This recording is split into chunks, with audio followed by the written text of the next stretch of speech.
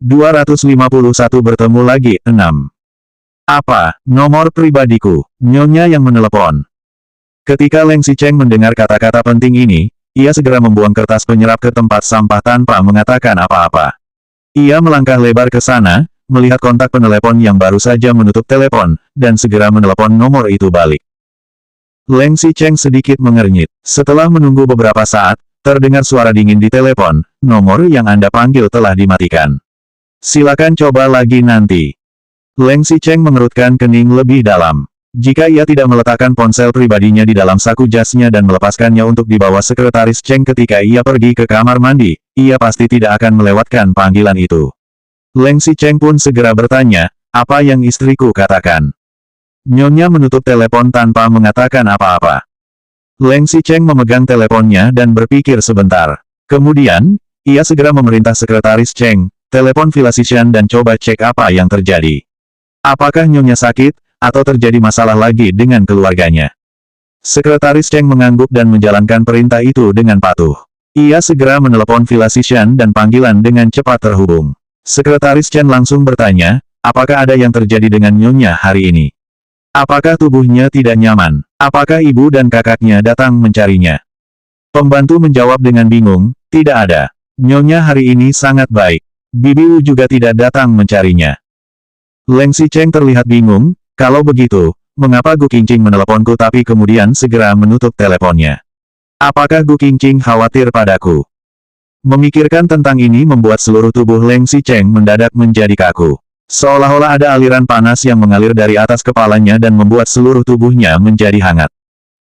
Leng Xicheng baru saja turun dari pesawat.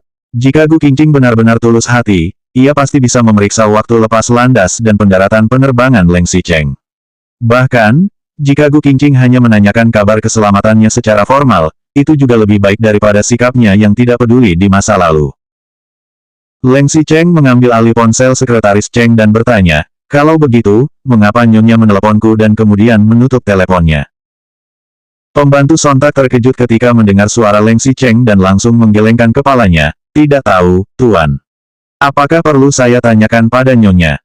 Tidak perlu. Tidak apa-apa. Kamu tidak perlu memberitahunya. Setelah menutup telepon, suasana hati Leng Xicheng sangat baik. Ia akan menelepon Gu Qingqing secara pribadi. Namun, ketika ia menggunakan ponsel pribadinya untuk menelepon Gu Qingqing, telepon wanita itu masih mati. Ponselnya tidak hidup. Mungkinkah Gu Qingqing merasa malu? Atau, baterai ponselnya habis? Pikir Leng Xicheng. Tidak peduli apapun masalahnya, Leng Xicheng pasti harus menyelesaikan pekerjaannya dengan cepat dan kembali ke Tiongkok secepat mungkin. Ketika Leng Xicheng kembali, seharusnya periode haid Gu Qingqing bisa diperkirakan telah selesai. Leng Xicheng juga bisa. Entah Gu Qingqing yang mematikan panggilannya atau karena ponselnya benar-benar kehabisan daya. Setelah panggilan telepon itu terputus, Gu Qingqing juga merasa bahwa dirinya barusan bertindak terlalu impulsif. Ia juga tidak tahu bagaimana Leng Xicheng akan bertanya kepadanya nanti ketika pulang. Gu Qingqing tidak bisa berbuat banyak. Bagaimanapun, masih ada beberapa hari sebelum Leng Xicheng kembali. Ketika Leng Xicheng pulang dan bertanya kepadanya, Gu Qingqing akan menahannya secara fleksibel. Kemungkinan terburuknya adalah Gu Qingqing memberikan posisinya kepada Su Zipei. Gu Qingqing mengisi daya ponselnya, kemudian berbalik dan pergi ke kamar mandi. Tanda pisah, tanda pisah, tanda pisah. Pada pukul 9.40 keesokan paginya, Lin Zui berjalan ke kafe di lantai bawah Hotel Four Seasons dan melihat Gu Qingqing yang telah menunggu di sana. Melihat Lin Zui datang, Gu Qingqing segera berdiri dan menyapa, Presiden Lin. Sinar matahari bersinar melalui jendela yang besar. Seluruh sosok Gu Qingqing ditimpa sinar matahari hingga membuatnya terlihat tenang, lembut, dan ramah. Kamu datang begitu pagi, tanya Lin Zui sambil tersenyum dan mengambil 2 langkah ke depan. Ingin melihat informasi dokumennya dulu. Hari ini mereka akan berbicara dengan seorang pelanggan dari Amerika Serikat. Tidak butuh waktu lama setelah mereka berdua duduk, pelanggannya sudah datang.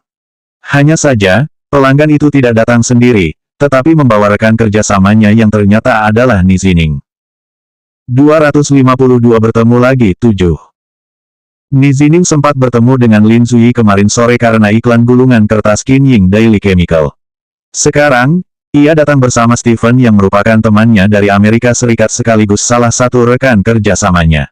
Namun, memang bukan Lin Zui yang mengatur pertemuan kali ini. Ia juga tidak menyangka bahwa Stephen dan Ni Zining ternyata memiliki hubungan baik. Ini adalah pertama kalinya Ni Zining bertemu dengan Gu Qingqing di keadaan seperti ini. Ia benar-benar tidak percaya dengan apa yang dilihatnya sendiri. Namun, bukan hanya Ni Zining yang tidak bisa mempercayainya. Gu Qingqing bahkan juga hampir memiliki keinginan impulsif untuk berbalik dan melarikan diri. Apa yang terjadi? Bukankah iklan keluarga Ni dengan Su Zijin sudah dipastikan? Mengapa kami akan terlibat dengan Ni Zining? Pikir Gu Qingqing yang merasa terkejut sekaligus panik. Di antara orang-orang ini, orang yang paling cepat bereaksi adalah Lin Zui.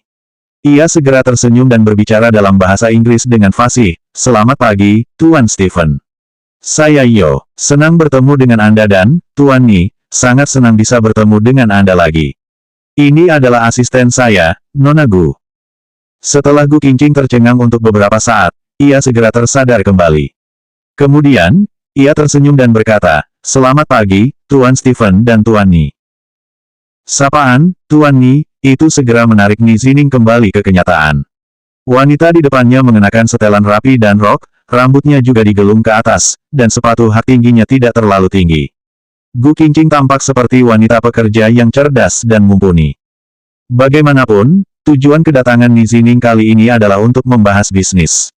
Setelah sejenak tertegun, ia berterima kasih pada mereka dengan sopan, Tuan Lin, King, Nona Gu. Setelah saling menyapa, mereka semua duduk. Stephen berbicara tentang ekspektasi dan perkiraan kebutuhannya untuk iklan ini. Lin Zui memang profesional dalam urusan pekerjaan, ditambah perencanaan rinci yang disiapkan oleh Gu Qingqing dan idenya juga unik. Ia juga menghitung dengan jelas tentang iklan yang ditempatkan di stasiun televisi besar, majalah, media, serta volume dan pendapatannya. Stephen berniat untuk setuju, tetapi ia masih menggelengkan kepalanya dan berkata, Tuan Lin mempersiapkannya dengan baik dan rencananya juga bagus. Saya berniat untuk bekerja sama. Hanya saja, harganya, apakah tidak terlalu tinggi? Lin Zui tersenyum dan tidak berbicara, tetapi malah Gu Qingqing yang menjawab, Tuan Stephen, jumlah yang kami tawarkan ini pasti sepadan dengan biaya yang Anda keluarkan. Setelah perusahaan lain menyelesaikan syuting iklan, Anda masih harus memberikan bayaran tambahan untuk panel tampilan luar ruangan, tirai, poster, dan lain-lain. Sedangkan, Anda hanya perlu membayar kami sekali dan biaya itu sudah termasuk seluruh kebutuhan lainnya. Selain itu, jika Anda tidak puas dengan hasilnya, Anda bisa meminta revisi kapan saja. Jika Anda masih merasa tidak cocok, Anda bisa pergi ke perusahaan lain untuk mengecek kembali dan membuat keputusan setelah membandingkannya. Gu Qingqing menyampaikan penjelasannya dengan kata-kata yang teratur dan jelas. Stephen juga tersenyum mendengarnya. Setelah mereka membahas bisnis hingga siang hari, Lin Zui masih mengundang kedua orang itu untuk makan siang bersama. Setelah mereka duduk di restoran, Stephen melihat menu hidangan, namun tidak ada hidangan yang ingin dimakannya. Tanpa disangka, hidangan yang disajikan adalah masakan ala Spanyol. Stephen terkejut dan langsung berkomentar, saya baru saja melihat menu kokinya dan sepertinya itu semua adalah masakan Prancis. Jelas saja Stephen terkejut. Ia adalah seorang Hispanik. Lin Zui tersenyum dan menjawab, benar, tapi asisten saya secara khusus mencari koki Hispanik restoran ini. Nona Gu juga secara khusus telah memilih sommelier terbaik. Saya harap Anda menyukainya. Selain setiap hidangan yang terasa lezat, anggur yang baik turut memperkaya rasa dan memanjakan selera. Setelah makan, Stephen menggunakan serbet untuk menyeka bibirnya dengan puas. Kemudian, ia berkata, menurut saya, orang Tiongkok tidak hanya ramah, tapi juga cantik. Tidak tahu, apakah Nona Gu sudah memiliki pacar? Selanjutnya bab 253 bertemu lagi, 8.